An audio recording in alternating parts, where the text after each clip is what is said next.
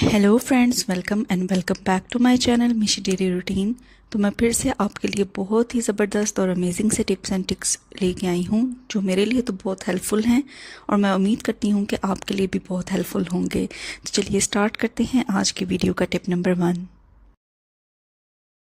Market से हम जब भी कांच की बनी हुई कोई भी चीज़ लेके आते हैं, चाहे वो कोई क्रॉकरी है या चाहे वो कोई डेकोरेशन पीस है, तो इस तरह के बबल रैप के अंदर वो हमें मिलती है पैक हुई। तो हम क्या करते हैं कि उस चीज़ को निकालते हैं और जो बबल रैप है उसको हम फेंक देते हैं, लेकिन ये बहुत ही ज़्यादा काम की चीज़ है। आप देख सकते हैं मैंने इसके अंदर एक डेकोरेशन पीस मंगवाया था जो इस तरह के बबल रैप के अंदर आया था। ये हमारे बहुत से काम आ सकता है। देखिए, जब भी हम ट्रैवल करते हैं या कोई ऐसी चीज़ है जो कांच की बनी हुई है या पत्थर की बनी हुई है, हमें उसे अपने साथ लेके ट्रैवल करना है, तो ये तब बहुत ज़्यादा काम आ सकता है आपके। जैसे देखें, ये परफ्यूम की बॉटल है और ये ग्लास की बनी हुई है। अब ट्रैवलिंग के दौरान अगर मैं इसे शिफ्ट करना चाहती हूँ अपने सामान के साथ, तो इस तरह के जो बबल रैप होते हैं ना, वो बहुत ही ज़्यादा काम आते हैं, क्योंकि इन बबल रैप्स के अंदर एयर फिल हुई होती है। तो एयर फिल होने की वजह से अगर ये ज़मीन के ऊपर गिरते भी हैं तो ये टूटते नहीं। तो ये देखें, इसको मैंने इस बबल रैप के अंदर डाल दिया है। अब सिंपली मैं क्या करूँगी कि यहाँ पे मैंने ले ली है क्लियर टेप। अच्छी तरह से क्लियर टेप की मदद से मैं पूरा जो बबल रैप है उसको सिक्योर कर लूँगी और मैं लास्ट में आपको इसे दिखाऊंगी भी कि कितनी ज़बरदस्त तरीके से इसके अंदर आपकी जो भी, चाहे पत्थर का कोई डेकोरेशन पीस है या आप कोई परफ्यूम बॉटल लेके जाना चाहते हैं, वटेवर जो भी पत्थर या कांच का बना हुआ है, ईजिली आप उसे लेके जा सकते हैं। तो सबसे पहले मैं इसे अच्छी तरह से ना रैप अप कर लूँगी। तो देखिए, ये बहुत अच्छे तरीके से सिक्योर हो गया है। अब अगर ये ज़मीन पे गिरता भी है तो इतनी जल्दी ये टूटेगा नहीं।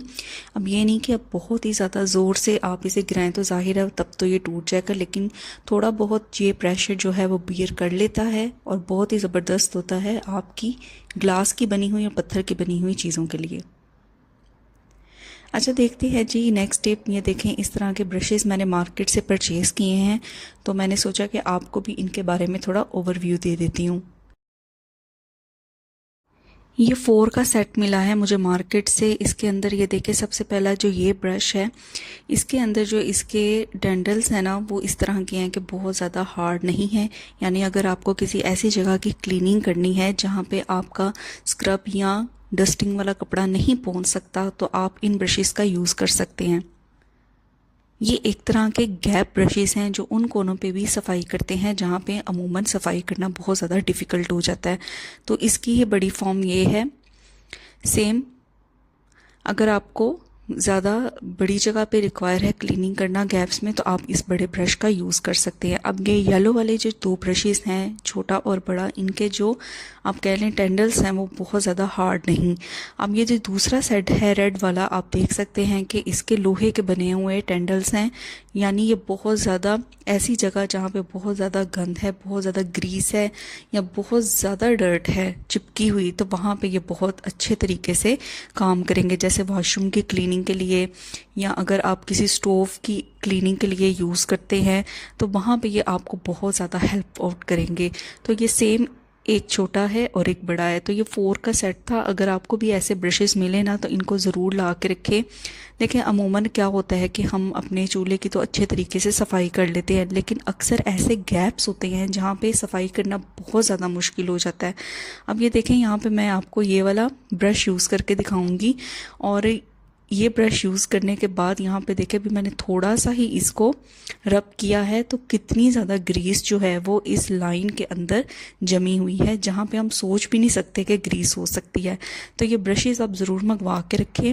ये इस तरह के गैप्स को कवर करता है और उन पॉइंट्स पे आपकी क्लीनिंग करता है जो अमूमन आप सोच नहीं सकते कि यहाँ पे क्लीन कर सकता है। तो मुझे तो ये बहुत ज़्यादा हेल्पफुल लगे हैं, तो इनको आप ज़रूर मंगवा के रखें, आपके भी ये बहुत ज़्यादा काम आएंगे। तो चलिए देख लेते हैं आज की वीडियो का नेक्स्ट स्टेप। बाहर से अक्सर भी हम जब भी कोई फूड ऑर्डर करते हैं तो उसके साथ जो चपातियाँ होती हैं वो इस तरह के जिपलॉक बैग के अंदर आती हैं। देखिए, हम मार्केट से भी महंगे महंगे जिपलॉक बैग परचेज करते हैं, लेकिन अगर इस तरह हम फूड ऑर्डर करें और उसके साथ इस तरह के जिपलॉक बैग आएँ तो आप उसे डिस्कार्ड ना किया करें, बल्कि अच्छी तरीके से वॉश कर लिया करें। ये वेजिटेबल्स को, या आप कह लें जो ग्रीन हर्ब्स होती हैं या चिलीज़ होती हैं, उनको स्टोर करने के बहुत ज़्यादा काम आता है। तो यहाँ पे देखिए, इनका ये जो जिप लॉक होता है ना, ये बहुत ही ज़्यादा इफ़ेक्टिव और मज़बूत होता है। आप इसके अंदर कोई भी अपना फ्रेश वेजिटेबल रखेंगे या पुदीना, धनिया, हरी मिर्चें रखेंगे ना, तो ये बहुत देर तक इसके अंदर फ्रेश रहेंगे। तो देखें, मैंने सबसे पहले ना इसको अच्छे तरीके से वॉश कर लिया था, और वॉश करने के बाद अब मैं यहाँ पे यूज़ करूँगी टिश्यू पेपर। तो जो भी किचन के अंदर आप टिश्यू पेपर यूज़ करते हैं, आपने उसका इस्तेमाल करना है, और उसकी जो बेस है ना, उसके ऊपर आपको ये टिश्यू पेपर लगा देना है। तो मैं तो यहाँ पे स्टोर करने लगी हूँ ग्रीन चिलीज़। अगर आप धनिया स्टोर करना चाहते हैं, पुदीना स्टोर करना चाहते हैं, तो इस तरीके से आप स्टोर कर सकते हैं। तो सिंपली आपको क्या करना है कि बेस पे आपने टिश्यू लगाया, या अगर आप चाहें रजिस्टर का पेज भी लगा सकते हैं या अखबार भी लगा सकते हैं। उसके बाद इसको थोड़ा सा प्रेस करेंगे ताकि इसके अंदर जितनी भी एयर है वो बाहर निकल जाए, और इसको अच्छी तरह से जिप लॉक कर देंगे। तो इसको, इन पैकेट्स को डिस्कार्ड ना किया करें। अपनी ग्रीन लीफी वेजिटेबल्स यानी हर्ब्स को या ग्रीन चिलीज़ को स्टोर करेंगे ना, तो काफ़ी देर तक वो इसके अंदर फ्रेश रहेंगी। तो मैं उम्मीद करती हूँ कि जब भी आप बाहर से फूड ऑर्डर करेंगे तो इस तरह के पैकेट्स आएंगे तो आप उनका भरपूर इस्तेमाल करेंगे। देखते हैं नेक्स्ट टिप। तो यहाँ पे बात कर लेते हैं थोड़ी बहुत सोफ़ा की क्लीनिंग से लेके। देखिए, हम सोफ़े को ऊपर ऊपर से तो क्लीन कर लेते हैं, लेकिन इसकी जो साइड्स होती हैं ना, यहाँ पे वक्त के साथ साथ बहुत ज़्यादा डर्ट इकट्ठी होती रहती है जो हमें नज़र भी नहीं आती। तो स्टार्टिंग में जो मैंने आपको ब्रशेस दिखाए थे, उनमें से ये जो जिसके सॉफ्ट डेंडल्स है ना, वहाँ पे मैं आपको ये वाला ब्रश यूज़ करके दिखाऊंगी। तो इस तरह के ब्रश का ना आप इस्तेमाल कर सकते हैं। सबसे पहले आपने क्या करना है, देखिए सोफ़े की जो साइड है ना, आपने इसको थोड़ा सा पुश करना है, और ये वाला ब्रश देखिए मैंने जैसे ही यूज़ किया है, इसके साथ जितनी भी डर्ट थी या बाल थे, तो देखें कैसे इसके साथ चिपकना स्टार्ट हो गए हैं। तो ये गैप ब्रशेज़ ना बहुत ही ज़्यादा इफ़ेक्टिव रहते हैं इस तरह के कॉर्नर्स के लिए, जहाँ पे आपका जो हाथ है या डस्टिंग वाला कपड़ा है वो नहीं पहुँच सकता। तो इस तरीके से आप इसका यूज़ कर सकते हैं। तो आप देख सकते हैं कितने ज़्यादा बाल हैं और गर्द कितनी ज़्यादा इससे निकल के बाहर आ रही है।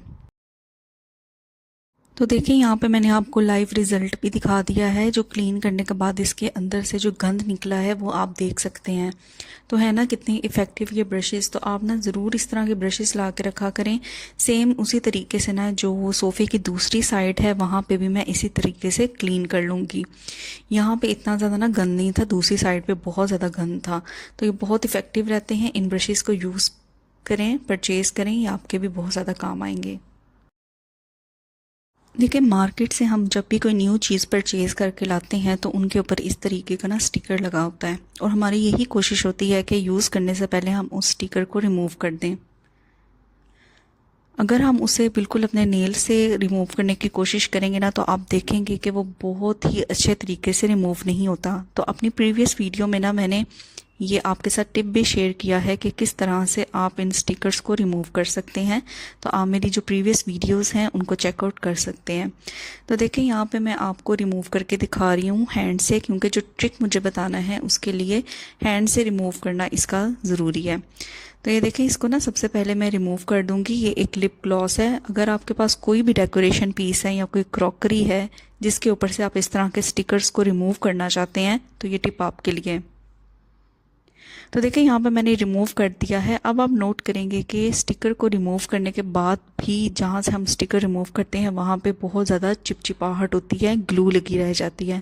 अब उस ग्लू को हम किस तरह से क्लीन करें, बहुत ही आसान वे है। आपने ले लेना है यहाँ पे नेल रिमूवर। अगर आपके पास नेल रिमूवर मौजूद नहीं है तो आप यहाँ पे परफ्यूम का भी यूज़ कर सकते हैं। तो सिंपल जिस एरिया पे ग्लू लगी हुई है, आपने वहाँ पे 2-3 दफ़ा स्प्रे कर देना है नेल रिमूवर। या अगर आपके पास दूसरा नेल रिमूवर है तो सिंपल आपने कॉटन के ऊपर थोड़ा सा नेल रिमूवर लगाना है और उस जगह पे आपने रब करना है। यकीन करें, विद इन सेकेंड्स आप देखेंगे कि जो ग्लू थी वहाँ से वो उतरना स्टार्ट हो जाएगी और बिल्कुल भी इसकी चिपचिपाहट बाकी नहीं रहेगी। तो देखें, इस एरिया से मैंने इसको रिमूव किया है। एक दो ड्रॉप्स मैं इसके ऊपर और स्प्रे कर दूंगी, और सिंपल मैंने इसको भी कुछ भी ऊपर नहीं लगाया और हैंड से ही इसको मैंने थोड़ा सा रब किया है। तो बिल्कुल ज़बरदस्त तरीके से जो ग्लू थी यहाँ पे वो रिमूव हो गई है। अब यहाँ पे बिल्कुल भी कोई चिपचिपाहट बाकी नहीं रही। तो आपके पास कोई भी क्रॉकरी है, डेकोरेशन पीस है, या कोई भी आइटम है जिसके ऊपर इस तरह के स्टिकर लगे हुए हैं, तो आप इजीली इस टिप के थ्रू उसको रिमूव कर सकते हैं। देखिए, हर घर में इस तरह ग्लास के बने हुए बर्तन ज़रूर होते हैं, चाहे वो ग्लासेस हैं, कप्स हैं, प्लेट्स हैं, वटेवर। तो क्या होता है कि जब हम इन्हें बहुत ज़्यादा यूज़ करते हैं, एक टाइम आता है इनकी जो शाइन होती है ना, वो आहिस्ता आहिस्ता कम होना स्टार्ट हो जाती है। तो ये देखें, ग्लासेस यहाँ पे काफ़ी ज़्यादा मैं यूज़ करती हूँ जब भी कोई गेस्ट वगैरह भी आते हैं, और नॉर्मल भी। तो क्या है कि इसकी जो शाइन है ना, वो अब पहले जैसी नहीं रही। तो यहाँ पे बड़ा ज़बरदस्त सा हम एक मिक्सचर बनाएंगे, जिससे हम ये जो ग्लास की क्रॉकरी होती है ना, उसकी शाइन दोबारा लेके आएंगे। तो यहाँ पे जी ले लिया है मैंने हाफ टी स्पून के करीब नमक। तो आपकी जितनी भी क्रॉकरी है जिसकी आपने शाइन वापस लानी है, उस हिसाब से आपने इसकी क्वांटिटी ले लेनी है। और साथ ही यहाँ पे मैं ले लूँगी वाइट विनीगर। तो दोनों चीज़ें जो हैं आपने अपनी क्रॉकरी के हिसाब से उनकी क्वांटिटी ले लेनी है। तो यहाँ पे मैं तकरीबन हाफ कैप यहाँ पे मैं वाइट विनीगर का ऐड कर दूंगी। तो सिंपल ये दो चीज़ें हैं, और इनको यूज़ करने से ना आप यकीन करें, आपके जो ग्लास के, शीशे के जो भी बर्तन है ना, उनकी शाइन वापस आ जाएगी। बस इन दो चीज़ों को अच्छे तरीके से ना मैं उंगली से ही रब कर दूंगी, मिक्स कर दूंगी। उसके बाद आपने ले लेना है स्पंज, यानी जो भी आप बर्तन धोने के लिए स्पंज यूज़ करते हैं, उसके ऊपर आपने थोड़ा सा ये मिक्सचर लगाना है। और जिस तरह हम बर्तनों को क्लीन करते हैं, उसी तरह से आपने इसको क्लीन करना है। तो ये देखें, मैं थोड़ा थोड़ा मिक्सर यहाँ पे लूँगी स्पंज के ऊपर, और इसको पूरे ग्लास के ऊपर इस तरह से हल्के हाथों से मैं रब करूँगी। बाहर से भी करूँगी और अंदर वाली साइड से भी करूँगी। और जैसे ही मैं इसको रब करना शुरू करूँगी ना, इन दोनों चीज़ों को, आप देखेंगे कि जो ग्लास है ना, उसकी शाइन आपको उसी वक्त नज़र आना शुरू हो जाएगी। तो बड़ा ही इफ़ेक्टिव वे है, और पर्सनली मैंने भी इसे फ़र्स्ट टाइम यूज़ किया है, तो मुझे तो ये बहुत ज़्यादा इफ़ेक्टिव लगा है। आप भी यूज़ करेंगे ना, तो आपने मुझे ज़रूर बताना है कि आपके लिए ये काम किया है या नहीं किया। तो देखिए, उसके बाद हमने सिंपल जिस तरह हम बर्तनों को वॉश करते हैं, टैप वाटर से सिंपली हमने इसको वॉश कर लेना है। और वॉश करने के बाद भी आप देखेंगे बिफोर एंड आफ्टर का रिज़ल्ट, कि पहले इसकी कंडीशन क्या थी और अब इसकी कंडीशन क्या है। बिल्कुल ऐसे चमचमाता हुआ ग्लास आपके सामने है। तो आप शीशे की बनी हुई क्रॉकरी को इस तरीके से अच्छी तरह से वॉश कर सकते हैं और उनकी शाइन को दोबारा लेके आ सकते हैं। तो अगर अभी तक आपको मेरे टिप्स एंड ट्रिक्स पसंद आए हैं ना, तो वीडियो को ज़रूर लाइक करिएगा और शेयर भी ज़रूर करिएगा। तो देखते हैं नेक्स्ट टिप। ये टिप मेरा शिमला मिर्च की कटिंग को लेके है। जैसे कि हमें पता है कि समर वेकेशन चल रही हैं, और बच्चों को आजकल चाइनीज़ रेसिपीज़ या चाइनीज़ फूड बहुत ज़्यादा पसंद होते हैं। और चाइनीज़ फूड हो और उसके अंदर शिमला मिर्च यूज़ ना हो, ऐसे कैसे हो सकता है। लेकिन इसकी कटिंग पे हमें बहुत ज़्यादा देर लग जाती है। लेकिन आज मैं आपको यहाँ पे एक ज़बरदस्त सा तरीका बताऊँगी, जिससे आप शिमला मिर्च को within no time cut कर सकते हैं, बहुत ही आसान तरीके से। तो देखिए, सबसे पहले आपने शिमला मिर्च को ना इस तरह से उल्टा करना है, और जिस तरह हम ऑरेंज को काटते हैं ना, आपने देखा है कि शिमला मिर्च के यहाँ लाइन्स हैं।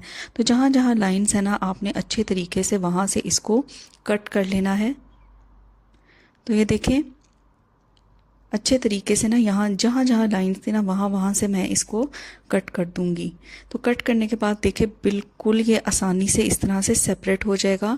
और सेपरेट होने के बाद सिंपल आपने इसको इनर साइड से इस तरह से रिमूव कर देना है। तो आप देखेंगे कि पूरा जो सीड वाला पोर्शन था वो एक ही दफ़ा में क्लीन हो जाएगा। आपको बार बार पूरी शिमला मिर्च में से बीज अलग नहीं करने पड़ेंगे, और ना ही जो बीज हैं वो इधर उधर बिखरेंगे। तो आपके सामने ही है किस तरह से मैंने इसको इसके मार्क वाली जगह से कट किया है। और कट करने के बाद जो इसके पीसेस थे, वहाँ से आराम से जो इसके सीड्स हैं वो रिमूव हो जाएंगे, बिल्कुल नहीं बिखरेंगे, और विद इन नो टाइम आप इसको क्लीन कर लेंगे। तो इस तरीके से अगर आप शिमला मिर्च को कट करेंगे ना, तो आपका बहुत ज़्यादा टाइम जो है वो सेव हो जाएगा। चलिए बढ़ते हैं नेक्स्ट टिप की तरफ। तो नेक्स्ट टिप देखिए, मेरा कुकिंग से रिलेटेड है। अक्सर ऐसी कुकिंग होती है जिसमें हमें प्याज को पहले इस तरह से सॉफ्ट करना पड़ता है, लेकिन क्या होता है कि हम जब भी कोई शोरबे वाला सालन बनाएं तो प्याज अच्छी तरह से सॉफ्ट नहीं होता, इसलिए वह सालन के ऊपर ऊपर नज़र आता है। इसका एक ट्रिक है बहुत ही आसान कि जब भी आप प्याज को ऑयल में डालें सॉफ्ट करने के लिए, तो साथ ही ना उसके अंदर आपने नमक ऐड कर देना है। यानी जितना नमक आप अपने हंडिया में डालते हैं आपने उतना नमक उसी वक्त डाल देना है जब आप प्याज को सॉफ्ट कर रहे हो। इससे क्या होगा कि आप देखेंगे कि विद इन नो टाइम प्याज जो है वो अच्छी तरीके से सॉफ्ट होना स्टार्ट हो जाएगा और बड़ी स्मूथ सी इसकी कंसिस्टेंसी हो जाएगी, जिसकी वजह से जो आप शोरबे वाला जो भी सालन बनाएंगे उसके ऊपर प्याज बिल्कुल भी तैरता हुआ नज़र नहीं आएगा। तो ये थे मेरे आज के टिप्स एंड ट्रिक्स। उम्मीद करती हूँ कि आपको ये वीडियो पसंद आई होगी। अच्छा, अगर वीडियो आपको पसंद आती है ना तो उसको लाइक ज़रूर किया करें और अपने फ्रेंड्स एंड फैमिली मेम्बर्स के साथ भी शेयर किया करें। क्या पता कोई ट्रिक उनके लिए बहुत ज़्यादा बेनिफिशियल हो। और चैनल पे नए हैं तो चैनल को भी आपने ज़रूर सब्सक्राइब करना है और साथ ही आपने घंटी के बटन को भी प्रेस करना है ताकि मेरी हर आने वाली वीडियो की नोटिफिकेशन आपको पहुँचे। Till then take care, bye bye.